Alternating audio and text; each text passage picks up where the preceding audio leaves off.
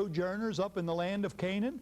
And it's great. We had all these babies all over the place. Well, then there were too many babies. The family was growing too big for that situation.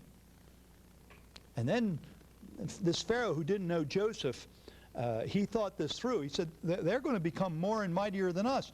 They'll be more numerous than us. And if there's any kind of rebellion, suppose these people who are different from us, suppose they join the rebellion. What are we going to do then?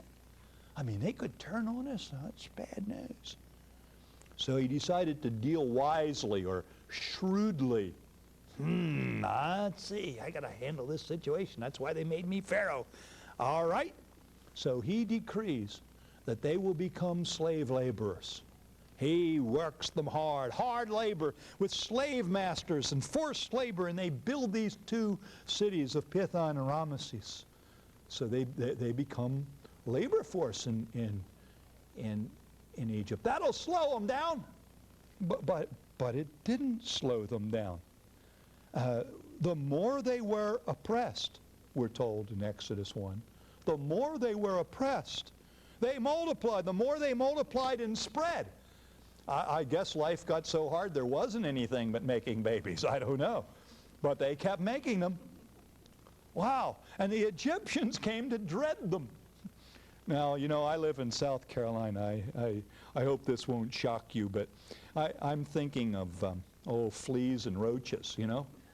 The harder you try to get rid of them, the more they multiply. Well, I think that's how the Egyptians are beginning to think, because the more effort they make to cut the numbers down, the harder it gets.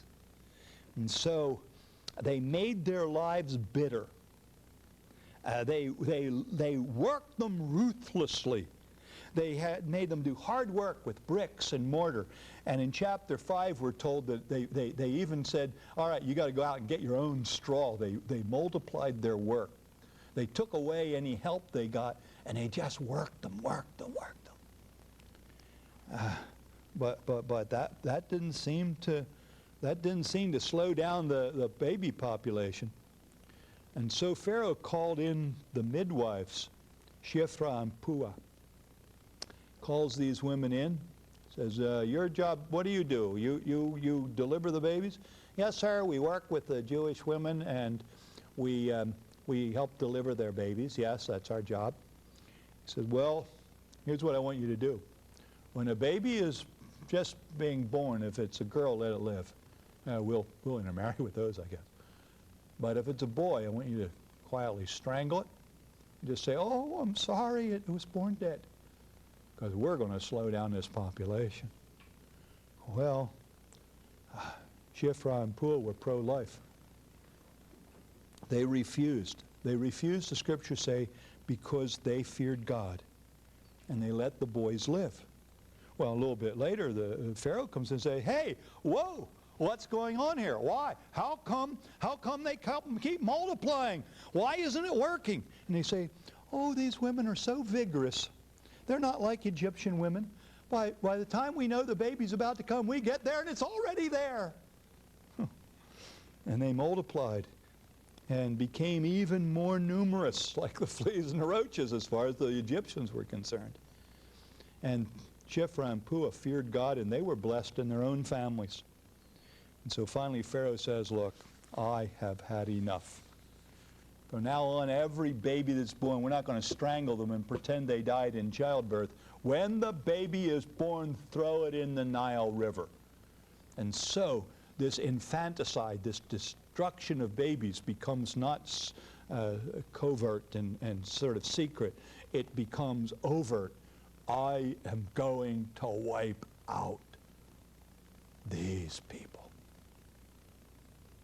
And so a baby is born to a man and woman, and he's put in the Nile.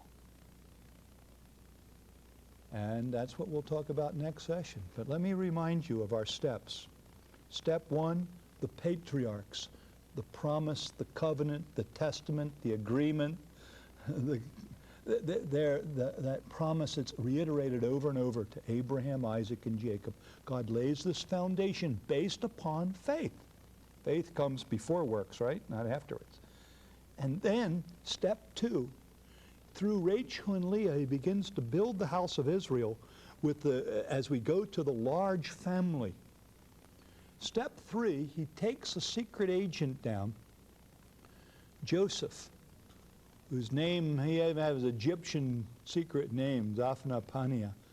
And Zaphnath-Paaneah he is down in Egypt. And there he is used to bring Israel down from Canaan. They are pushed out of there by the famine, and they send some of the sons down to get food. God keeps the pressure on with the famine. He brought the famine. Jacob is encouraged to bring his family down, is reunited with Joseph. And there in the incubator of Egypt, they grow into a great multitude. But you know, Joseph is a man of faith too, because he recognizes that they're not going to be in Egypt forever. He knows what God is doing. And so he says, I want my body preserved. Folks, when you all go back home, take me with you. And so he becomes an Egyptian mummy. And I was about to say, and of course there were lots of mummies because they multiplied, but no, we've got to stay serious here.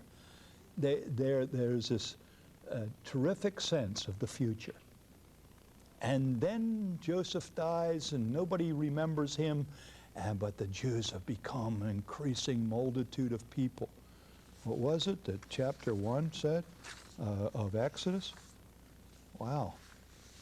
They were fruitful and increased greatly and multiplied and became exceedingly mighty, so that the Lord was filled with them. If you're going to have a nation, you got to have people.